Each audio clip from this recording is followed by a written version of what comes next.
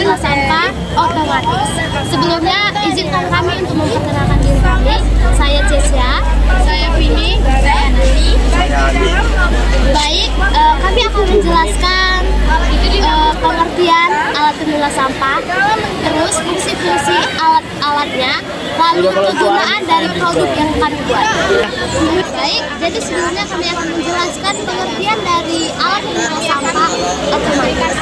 Alat pemilah sampah otomatis adalah sebuah perangkat yang dirancang untuk memisahkan sampah ke dalam kategori pilihan seperti organik, anorganik, serta logam atau plastik secara otomatis dengan memanfaatkan sensor dan sistem kendali elektronik. Tujuannya yaitu yang pertama mendesain mendeteksi dan memilah jenis sampah organik dan anorganik.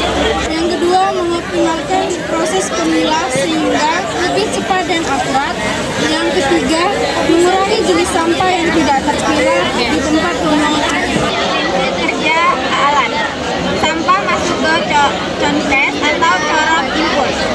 Sensor mendeteksi jenis sampah berdasarkan sifat fisik atau material. Melalui yaitu alatnya Renro. Ya, sistem kontrol. Misalnya Arduino, Raspberry mengolah data sensor. 4. Mekanisme pemilah. Info otomatis, motor servo atau pendorong mengarahkan sampah ke wadah yang sesuai. Alur sistem atau blower sampah.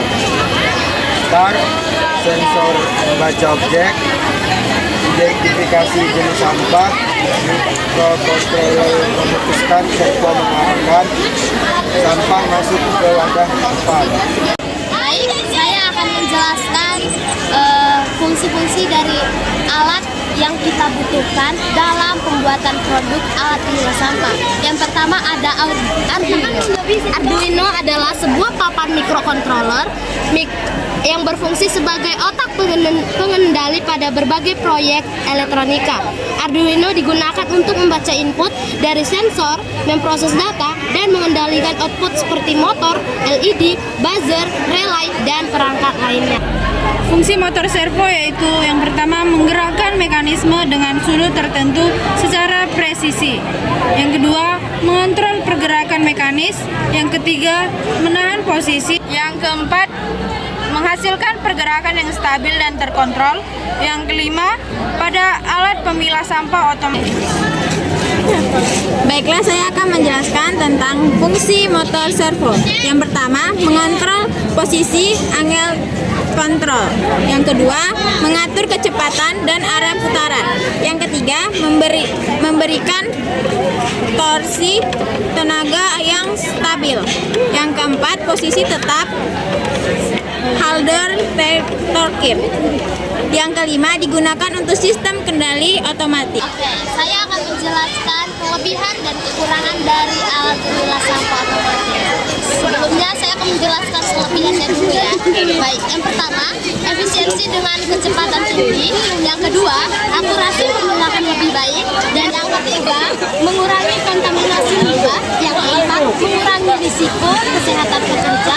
Yang kelima, efisiensi biaya jangka panjang. Dan yang keenam, mendukung sistem lingkungan cerdas atau smart waste management. Lanjut, kekurangan dari alat pemilah sampah otomatis adalah yang pertama, biaya tinggi.